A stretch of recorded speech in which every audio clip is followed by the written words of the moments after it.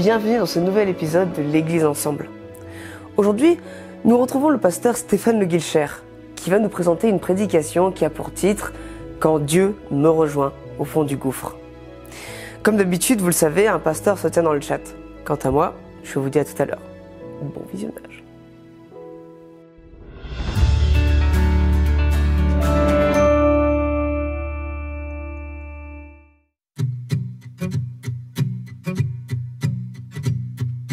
You were wonderful, my friend. You were shining in the morning. The night is fading away. When your eyes ignite the day. You are beautiful, my friend. Like a lily open at high noon. You're the princess of all springs. Such a wonder, a flower that sings. So come, come, come, come, come with me. There's a whole world around we have to see. So come, come, come, come, come above. Oh, will you be my love? You are delightful, my friend. Like a tree in the afternoon. Your branches dance in the wind. What a nice, a beautiful sea. You're marvelous, my friend. Like a star in the evening. When the sun is fading away, keep on shining, this is your way. Come, come, come, come, come with me. There's a whole world around we have to see. So come, come, come, come, come above. Oh, will you be my love?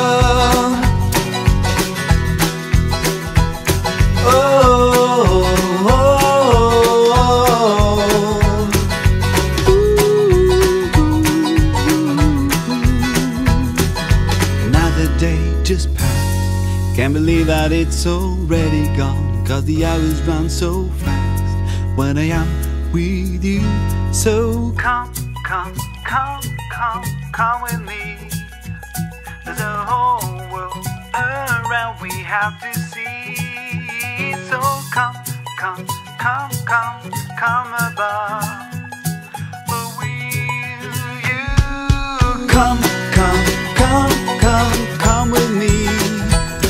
The whole world around we have to see.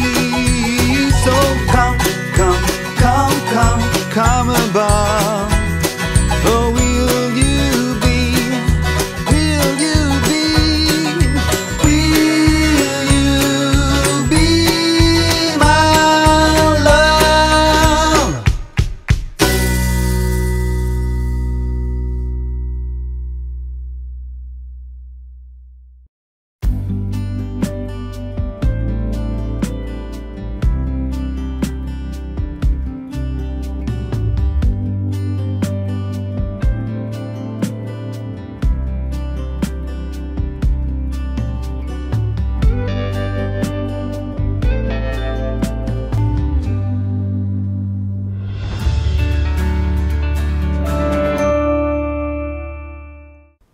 Si je vous dis le livre Guinness, à quoi cela vous fait-il penser?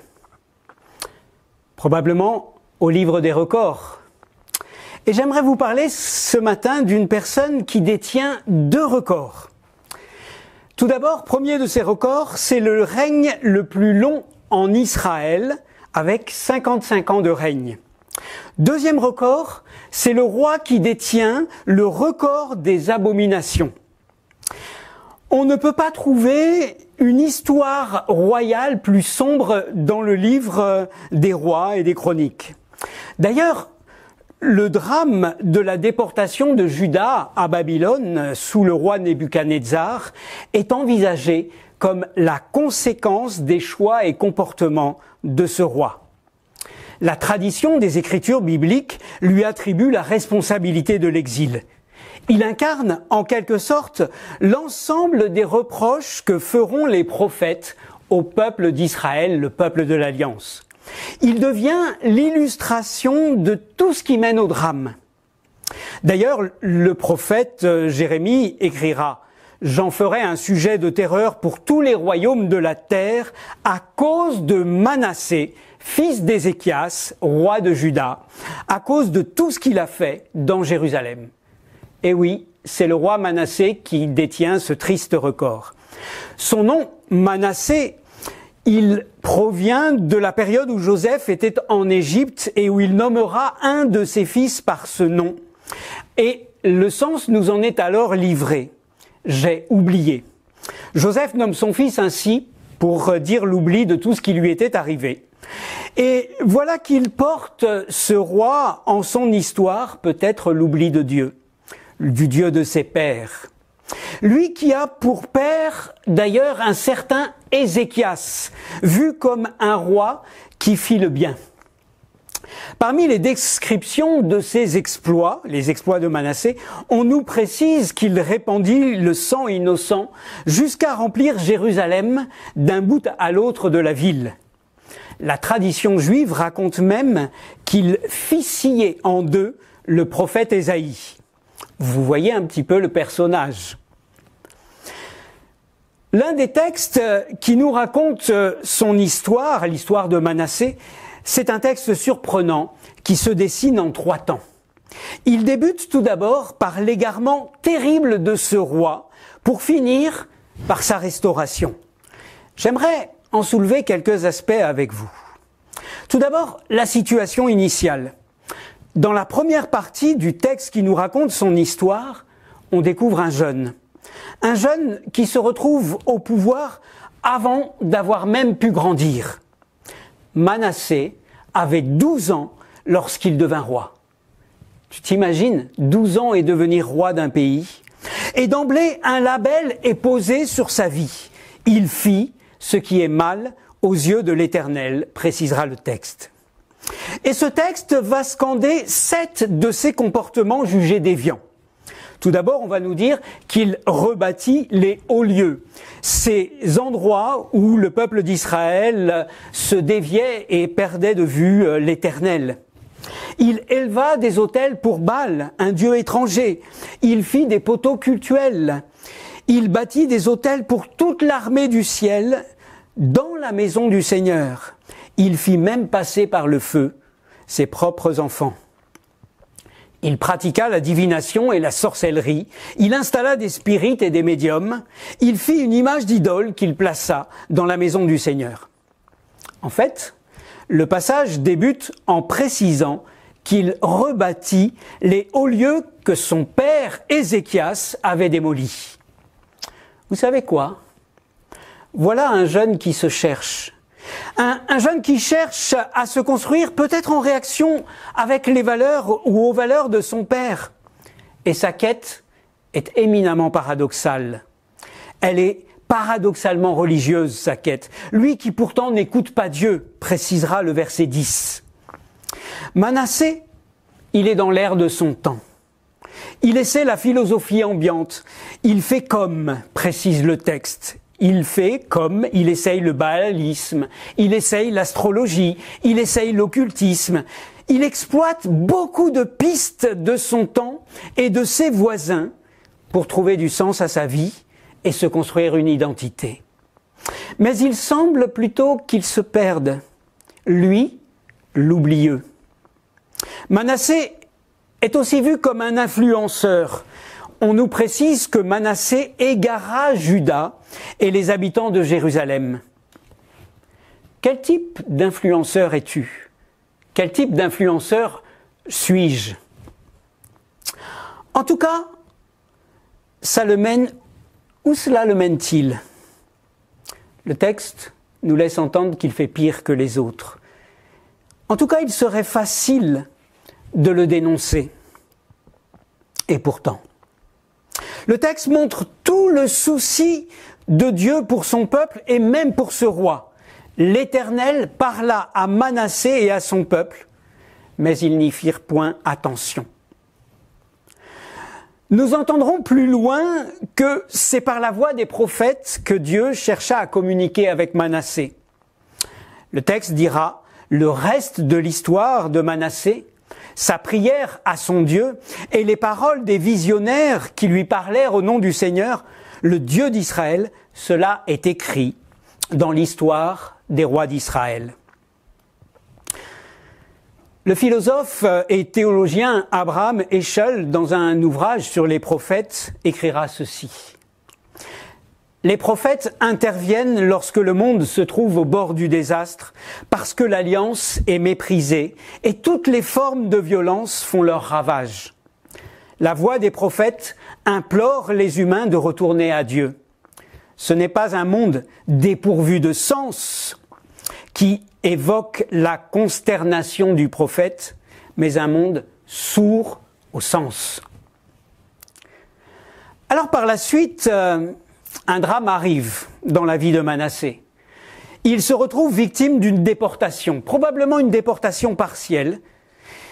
Il y a parfois des attitudes, des modes de fonctionnement, voire des personnalités narcissiques qui arrivent à une prise de conscience que par de grands chocs. Des événements douloureux qui engendrent une relecture de son histoire, où l'on redécouvre des traces significatives de ce que nous avions vécu, de ce que nous avions reçu. Le texte est fort pour décrire ce drame. On nous dit que l'ennemi a pris Manassé avec des crochets, ils l'attachèrent avec des entraves de bronze. Imaginez. Quelles sont les attitudes qui nous entravent, nous, aujourd'hui? Quelles sont les attitudes qui nous mènent en déportation, qui nous accrochent, qui nous enferment? C'est dans ce contexte-là, celui de l'enfermement, celui de la détresse, que Manassé va trouver une place pour Dieu. D'ailleurs, le verbe traduit par « être dans la détresse » veut aussi dire être à l'étroit, être noué. Et lorsque les possibilités de s'en sortir s'estompent, alors l'angoisse grandit. Le texte va dire que Manassé s'humilia profondément devant Dieu, et devant le Dieu de ses pères, plus précisément. Je me dis qu'il reste des traces. Il reste des traces de l'histoire, il reste des traces de la transmission. Et Manassé va pouvoir passer du Dieu de l'histoire, celui de ses pères, au Dieu relationnel et personnel. Manassé sut que c'est le Seigneur qui est Dieu. Voilà ce que dira le texte. Manassé sut que c'est le Seigneur qui est Dieu. Il va faire la rencontre de Dieu dans le cœur de sa prison. Il découvre un Dieu qui entend, un Dieu qui est sensible au changement. Et sa démarche spirituelle, celle de Manassé, va être évoquée par 3 verbes. Il chercha à apaiser, il implora Dieu. Il cherche littéralement à mollir la face de Dieu. Il s'humilia devant Dieu et il lui adressa ses prières. Chercher Dieu, s'abaisser devant lui et lui adresser ses prières. Et la réaction de Dieu, elle est mise en écho par 3 autres verbes. Le Seigneur se laissa fléchir. Le Seigneur entendit sa supplication et il le ramena dans son royaume. Dieu veut rentrer en dialogue avec nous. Il désire être un partenaire d'amitié. Et malgré le drame de l'histoire de Manassé, parfois malgré le drame de nos histoires, Dieu reste le Dieu de la seconde chance. Au départ, Manassé attaque Dieu. Il attaque sa maison. Mais Dieu reste en quête de l'homme et désire le ramener dans sa dignité. Et Dieu le ramène. On utilise là une racine qui est forte dans l'histoire biblique. Chouv, revenir, faire chemin, arrière. Il le ramène dans son royaume. Et Manassé va retrouver sa dignité royale. Une autre chance lui est donnée. Le Seigneur souhaite que nous soyons maîtres de nos royaumes, capables de vivre nos vies et non de les subir, ni de les détruire. Alors, Manassé, revenant dans son royaume, va bâtir une muraille extérieure autour de la ville. Et dans sa reconstruction, il va apprendre à se protéger, à protéger ceux dont il a la responsabilité. Manassé va démolir son œuvre dramatique et essayer de reconstruire autre chose. Il va tout faire pour éliminer le mal qu'il a fait dans la vie des autres. C'est là, me semble-t-il, le signe d'un véritable changement. essayer de réparer. Bien sûr, je suis conscient qu'il y a des choses qui ne peuvent pas être réparées, que le mal laisse parfois des cicatrices indélébiles, mais je crois aussi que le bien se construit et qu'il demande un investissement. Alors, le texte va préciser qu'il bâtit, qu'il construit, il y a des choses à construire, qu'il supprime, il y en a d'autres à abandonner, à détruire, pour que les sacrifices de paix et de reconnaissance puissent à nouveau se partager sur l'autel de la rencontre. C'est le verset 16 qui évoque cela. Pour redevenir finalement le témoin du bien et donner du sens, il dit, en parlant de Manassé, dans sa restauration, il dit à Juda de servir le Seigneur.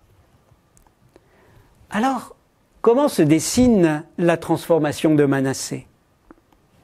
Par le souci de réparer le mal qu'il a fait et la mise en œuvre concrète de cette réparation. Par le souci des autres, vouloir leur bien, les inviter à ce chemin constructif, bienveillant. Par la réinstauration d'une spiritualité vivante et personnelle. Nous vivons, vous et moi, dans une société où la sensibilité au mal est tellement omniprésente que l'on fait avec. Et ce texte nous parle de l'abîme du cœur humain. On peut tomber très bas et faire pire que ceux que l'on dénonce même autour de nous. Mais Dieu qui est à Jérusalem dans cette histoire, Dieu qui a choisi d'y faire résider son nom, il vient aussi en exil dans nos prisons. Parce que c'est là-bas, dans la prison à Babylone, que Manassé va rencontrer Dieu. Vous savez, ce que je trouve extraordinaire, c'est que même si je glisse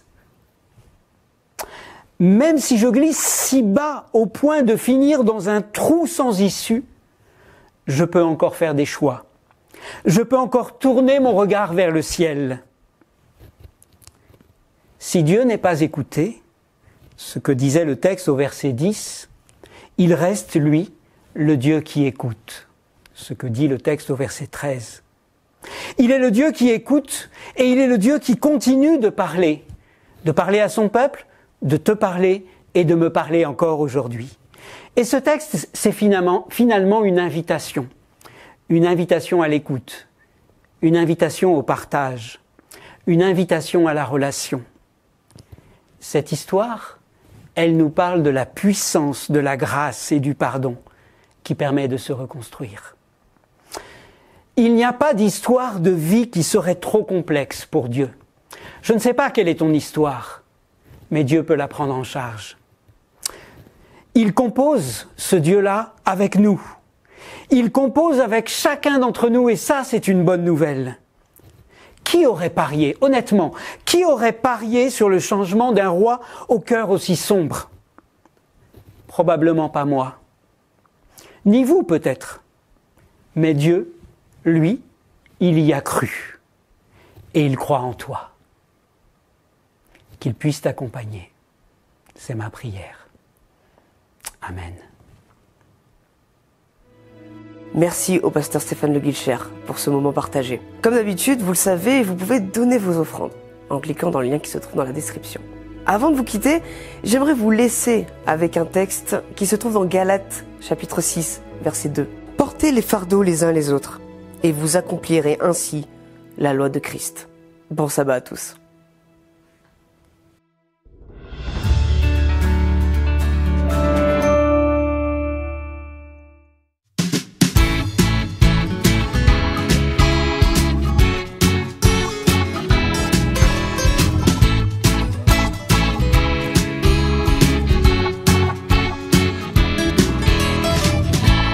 There is a voice speaking sometimes. It says that everything is done. It wants you to believe that it's so bad you should leave and die tonight. There is a voice speaking inside,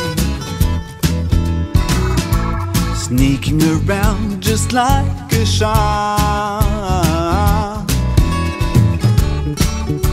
And your heart is its prey. It says that you should go away and start the fight. It's a lie, it's nothing but a lie.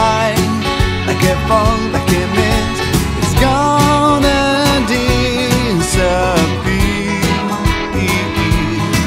When the truth, when the light, when everything that's bright will come out, you'll see with the eyes it's a lie.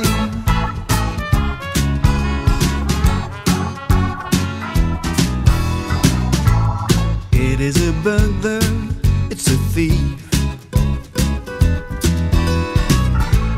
hiding itself in disbelief, taking away your joy. It will always ask for more until there is nothing left to take. It says it answers everything. It makes you think you have it clean, but it's just a way to trick you. It doesn't want to treat you, it wants you blind. It's a lie, it's nothing but a lie. Like a fall, like a mist, it's gonna disappear. When the truth, when the light, when everything that's bright will come up, you'll see with your eyes it's a lie.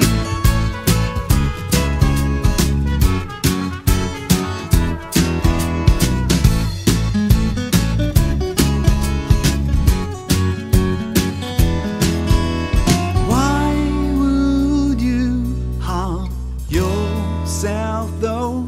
You are so beautiful. Life has meaning worth living for. So when you hear the voice, remember it's a lie. It's nothing but a lie. Like a fall, like a mist, it's gonna disappear. When the truth, when the light, when everything that's bright will come up, you'll see with the right it's a lie. It's nothing but a lie. Like a fog, like a mist, it's gonna disappear. When the truth, when the light, when everything that's bright will come up, you see with right it's a lie.